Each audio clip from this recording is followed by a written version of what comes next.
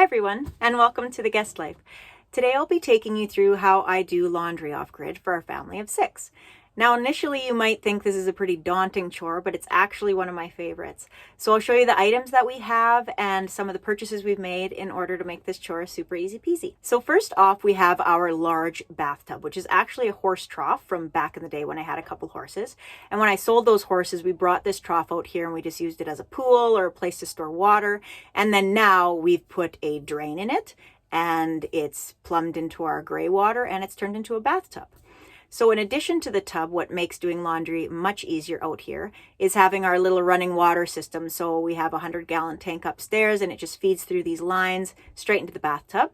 And we have the availability of hot water on demand via the propane hot water heater, which is really great. If I have an extra set of gunky clothes like my husband's work gear, I'm able to soak those in hot water first, which really helps get everything out. The first item that we purchased that actually goes along with this chore is our little Lavario, and we got it from the Cabin Depot online, and it was about $250, and it's basically just 2 buckets, one inside of the other.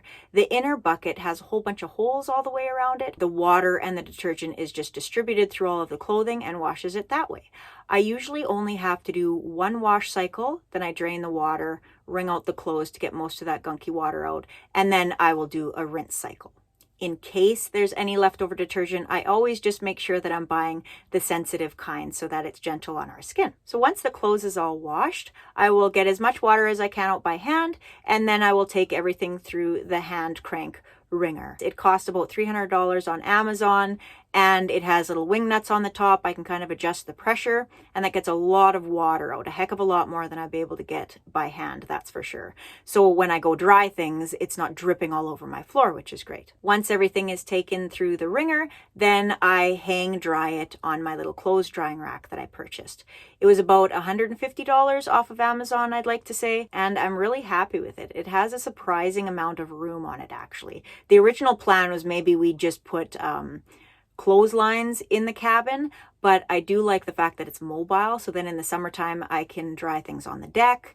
If I have large quilts or blankets, which I've had to do from time to time, I can move those kind of farther away from the fire, let them drip into buckets because I can't take those through the wringer, so they do have to drip a little bit. I put buckets underneath those, and then those will take about 24 hours to dry.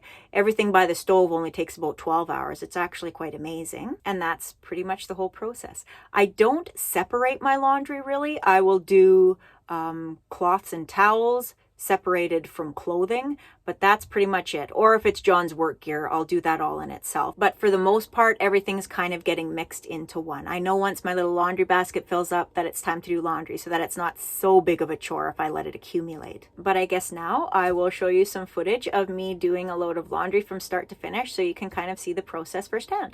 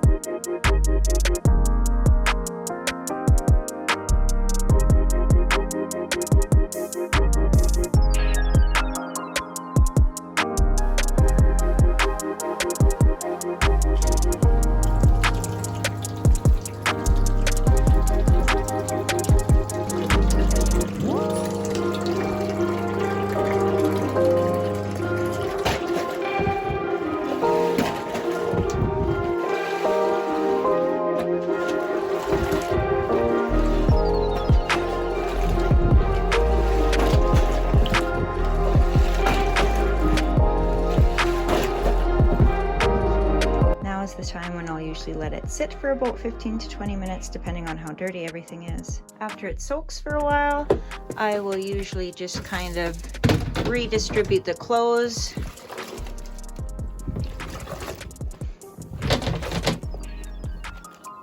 I'll put the lid back on and do it a little more. After doing that for some time, I will usually try and let most of the water drip into the bucket. And then I'll just tip the clothes into that water and hand scrub a few tricky spots before I let the water out.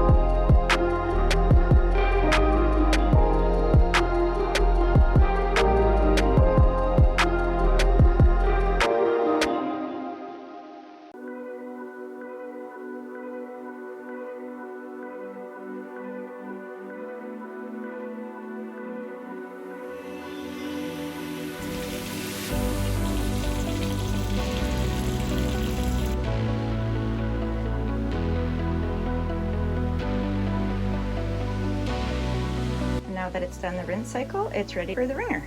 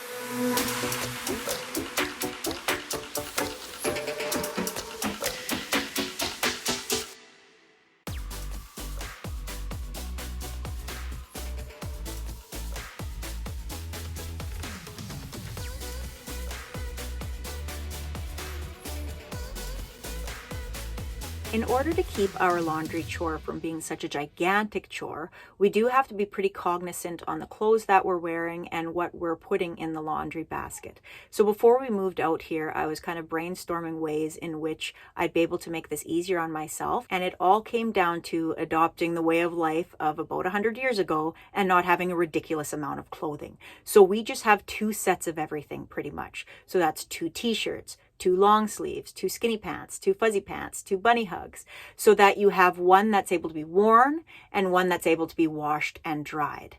The little children have more clothes because they're getting quite dirty while they're eating, but everybody else doesn't really go through that much clothes. We don't put it in the laundry basket until it's good and ready to go into the laundry basket. Underwear is a whole different story because that's getting changed out every single day, but they're so small, so that doesn't even matter anyway. But all the other items of clothing, you're only having 2 sets of each.